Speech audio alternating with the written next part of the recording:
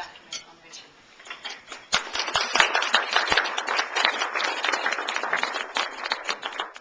It's great to be with you. I wanted to offer a bit of an overview, little taste of Decree 3, challenges to our mission today, share some of what sparked hope in us, and leave time for us to comment on some of the quotes at the tables. I'll do the first 3 sections, and then Roger will come in, and I'll come back for the conclusions. And then we'll get personal.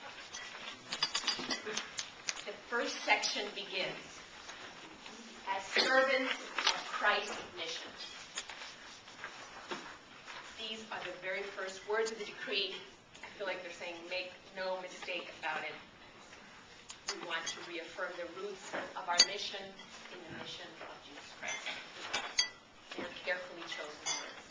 The authors let us know that the understanding of the mission has evolved. They see that God has worked in history, pointing to a grace of an ongoing renewal and adaptation of the Jesuit mission and way of proceeding as called for by the Second Vatican Council.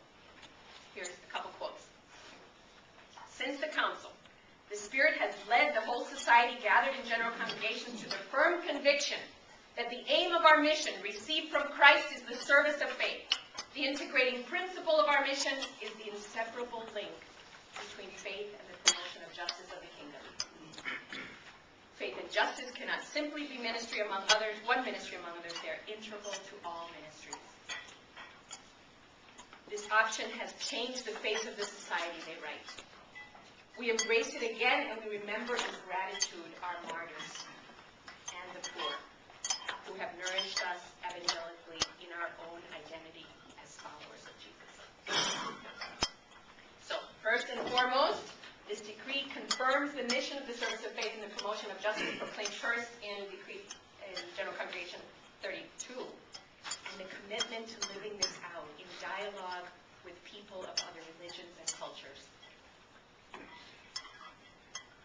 didn't mention that we have an outline of the decree. There should be enough copies for everybody. The other things on the tables are some quotes that I invite some table reflection, advertising for the next sessions, and finally some information about the Justice Secretariat worldwide. We'll put the copies of the decree back here on the corner of the table for anyone who would like. Okay, so you have actual copies of the decree, and it's also online. The second section places the mission in the context of social reality today, emphasizing ecology and the environment, secularization, and the mixed challenges of global interdependence.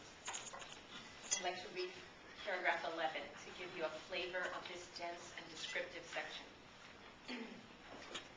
In this new world of instant communication and digital technology, of worldwide markets and of universal aspiration for peace and well-being, we are faced with growing tensions and paradoxes. We live in a culture that shows partiality to autonomy and the present, and yet we have a world so much in need of building a future in solidarity. We have better ways of communication, but often experience isolation and exclusion. Some have greatly benefited, while others, many, have been marginalized and excluded. Our world is increasingly transnational, and yet it needs to affirm and protect local and particular identities.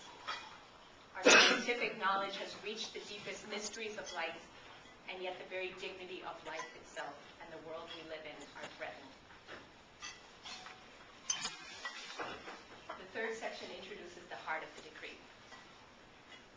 This introduction to the exploration of mission as a call to establish right relationships is an effort to deepen our understanding of our mission in our present context.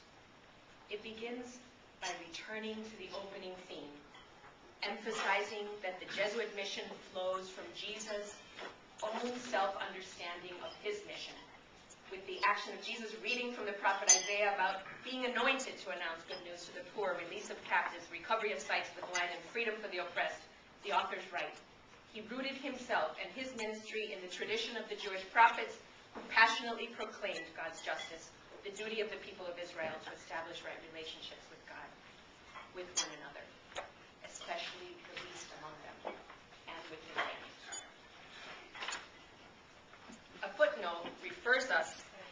compendium of the social doctrine of the Church, which quotes from Gaudium et Spes, from Vatican II, and John 23rd, Mater et Magistrum. So, we're not making this stuff up, they seem to be saying.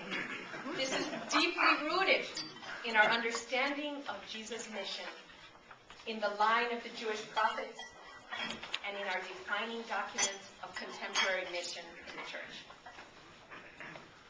The authors offer a brief and strong presentation of theology of Christ's ministry and the cause of his death, and introduce the theme of going and staying at the margins, of building bridges between rich and poor, being sent to the frontiers.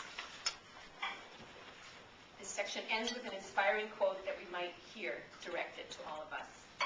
We are sent on mission by God, as were Ignatius and the first companions together with Christ, risen and glorified, but still carrying the cross, as he labors in a world yet to experience the fullness of his reconciliation.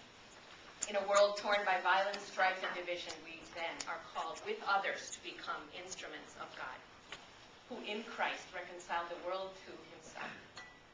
This reconciliation calls us to build a new world of right relationships, a new jubilee reaching across all divisions, so that God might restore his justice for all.